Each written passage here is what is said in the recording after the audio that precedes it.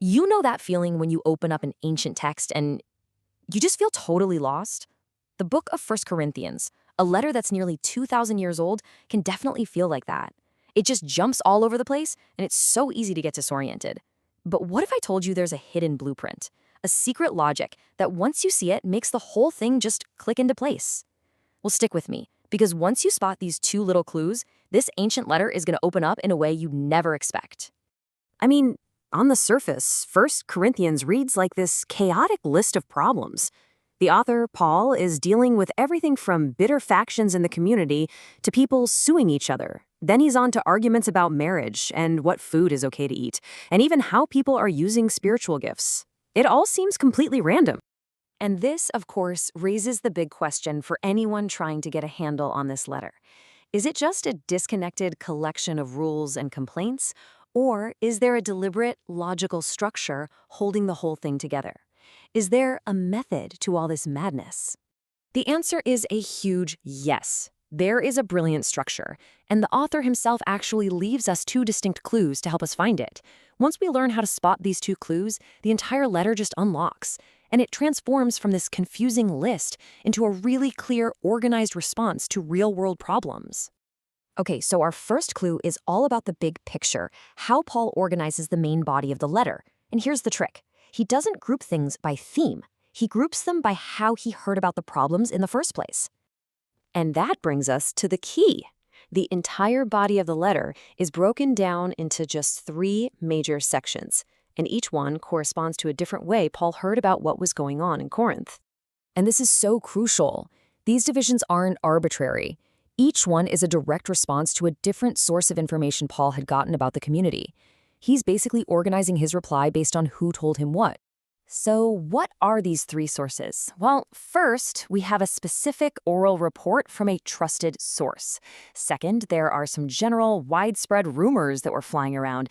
And third, and this is the most important one, a written letter that the Corinthians had actually sent to him with a list of their own questions. So Paul kicks off the first major section by telling us his source directly. He says people from Chloe's household have informed me about all the quarrels and factions that were dividing the church. This report is what sparks chapters 1 through 4. Then in chapter 5, the language changes a bit. He says, it is actually reported. See how that's a little less specific? This points to more widespread rumors he's hearing about some pretty serious moral issues and lawsuits. And this source of info is what shapes chapters 5 and 6.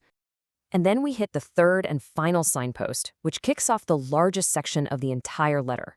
Starting in chapter 7, Paul says he's now responding to the matters you wrote about. He is literally pulling out their letter and is going to answer their questions, one by one, for the rest of his reply. So that first clue gives us the big picture structure. But how do we navigate that massive third section where he's answering their letter? Well, that brings us to our second clue. A simple recurring little phrase that acts like a topic switcher. The phrase in the original Greek is peri de. It's a common expression that basically just means now concerning or now about. Every single time Paul uses this phrase, he's signaling, okay, I'm done with that question from your letter, now I'm moving on to the next one on your list. And once you see this pattern, you see it everywhere. He's basically just ticking off their questions. Now concerning marriage? Check. Now concerning virgins, check. Now concerning food sacrificed to idols, you get the idea. Each parody phrase introduces a new topic, and it gives this long section a really clear and predictable rhythm. So let's put our 2 clues together. We have the 3 major signposts that are based on his sources, and then within that final section, we have the peri de ye phrase that organizes all the different topics. When we combine them, the full blueprint of the letter becomes crystal clear. And here it is. All that chaos is gone. Chapters 1 to 4 are a direct response to Chloe's report. Chapters 5 and 6 address the general rumors. And then chapters 7 all the way through 16 are an itemized, point-by-point response to a written list of questions from the Corinthians themselves. It's not random at all. It's a perfectly structured conversation. So why is spotting this structure so important? I mean, who cares, right?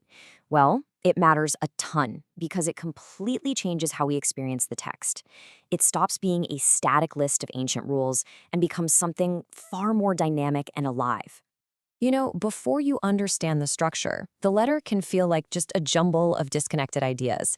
But afterward, you see it for what it truly is, one half of a living conversation.